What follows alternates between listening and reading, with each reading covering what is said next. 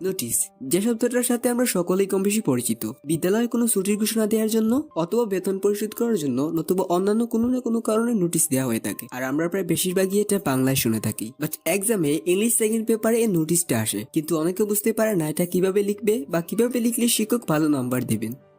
আজ আমি আপনাদের সামনে শেয়ার করতে চলেছি যে কিভাবে আপনারা কোনো নোটিশ লিখতে পারেন, এবং সেই সাথে 3টি ফরম্যাট শেয়ার করব নোটিশ রাইটিং এর জন্য।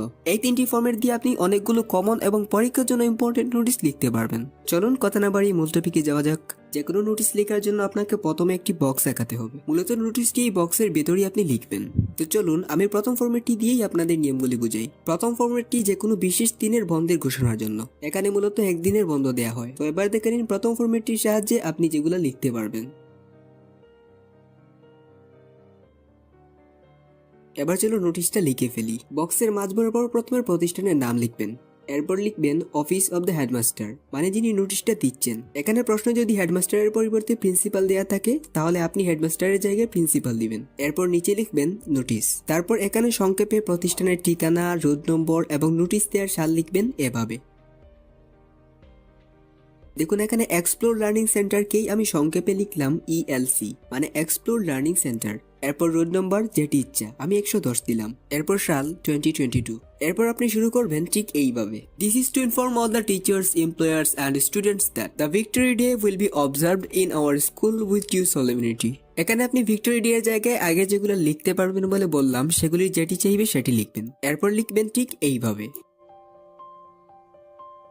যা দিলাম সব যেরকম আছে লিখবেন। এরপর এই জায়গায় শিক্ষকের নাম বা সিগনেচার, এবং নিচে হেডমাস্টার চাইলে হেডমাস্টার অথবা প্রিন্সিপাল চাইলে প্রিন্সিপাল লিখবেন। ব্যাস, এবার যদি বক্স আগে না দিয়ে থাকো তাহলে দিয়ে দাও। ডান, আপনার নোটিশ রাইটিং শেষ।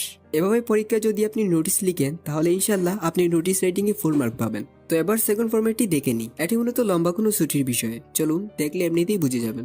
আগের ফরম্যাটটি যেরকম বলে দিলাম, এটি একই রকম ভাবে লিখবেন বক্স দিয়ে। এই ফরম্যাটটি দিয়ে আপনি লিখতে পারবেন এইগুলি। তো এবার আগের মতোই। This is to inform all the teachers, employers and the students that the school will be closed on account of দিয়ে এইগুলোর মধ্যে যেটা প্রশ্নে বলবে সেটি। যেমন আমি দিলাম রামাদান ভ্যাকেশন। এরপর কত তারিখ থেকে কত তারিখ বন্ধ থাকবে সেটি লিখবেন ঠিক এইভাবে।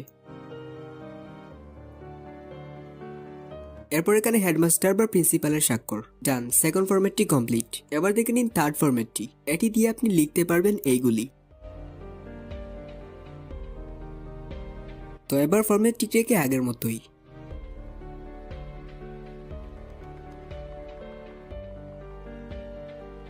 এখানে আপনি স্টাডি ট্যুর চেঞ্জ করে এইগুলির মধ্যে যেটি চাইবে সেটি লিখবেন। বাকি সব যেরকম আছে ঠিক সেরকমই রেখে দিবেন। এখানে একটি বিষয় বলে রাখি যে নোটিশ যেরকমই আসুক না কেন, সেটি লেখার নিয়ম কিন্তু একই রকম। তো এই ছিল আমাদের আজকের ভিডিওটি কেমন লাগলো সেটি কমেন্ট করে জানাও। সেই সাথে কিছু না বুঝলে থাকলেও সেটি কমেন্ট করে জানাও। সাবস্ক্রাইব করো, শেয়ার করো। Take care.